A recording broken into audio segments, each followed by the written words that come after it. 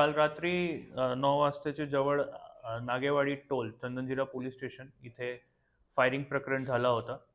आणि हा फायरिंग प्रकरणमध्ये जे इंजर्ड होता रिजवान असुद्दीन सावळ, हा 21 वर्षाचा मुलगा होता. हे ट्रक ड्रायव्हर आहे. हे मुंबईतून इथे आला होता.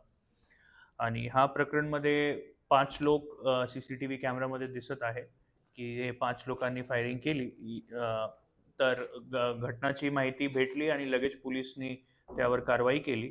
आणि असा निष्पन्न झाला की हे नातेवाईक असते, ते नातेवाईक होते फिर्यादी आणि आरोपी, आणि यांचा काही जुना फॅमिली वाद होता. आणि जे जखमी आहे यांनी फेसबुक लाईव्ह करून ते आरोपीबद्दल काही वाईट बोलला होता, म्हणून हे सगळा वाद झाला होता. आणि आरोपी आणि त्यांचे साथीदार हे सगळे मुंबईतून इथून आले त्याच्या पाठलाग करून. आणि हे जेव्हा हे जेवणसाठी थांबवलं यांनी ट्रक जालनाला, तिथे त्यांची एक 10-15 सेकंडची झटापट झाली आणि त्याच्यानंतर त्यांनी यांच्यावर फायरिंग केलं. स्पॉटवर 3 खाली केस भेटला आपला पोलिसला, आणि 2 लाईव्ह कार्ट्रिजेस पण भेटले.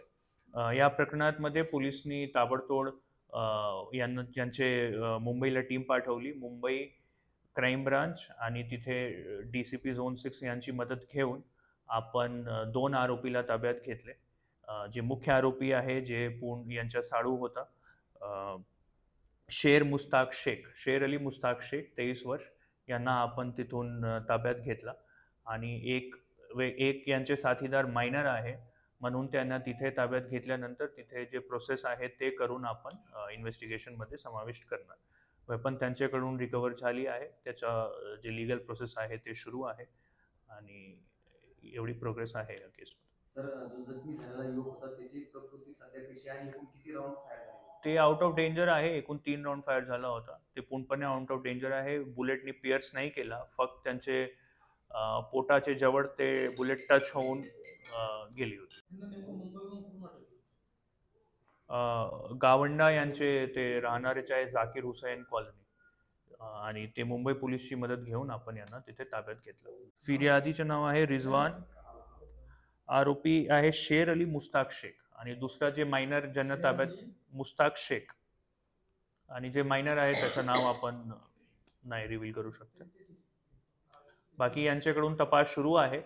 बाकी 3 इतर कोण होते त्यांच्या फर्स्ट नेम, त्यांचा जे अलियास नेम आहे तो कळाला आहे. बाकी पुढच्या हे PCR घेऊन सगळ्या गोष्टी निष्पन्न होईल की बाकी 3 आरोपी कोण होते आणि कसा त्यांनी मदत केला यांची.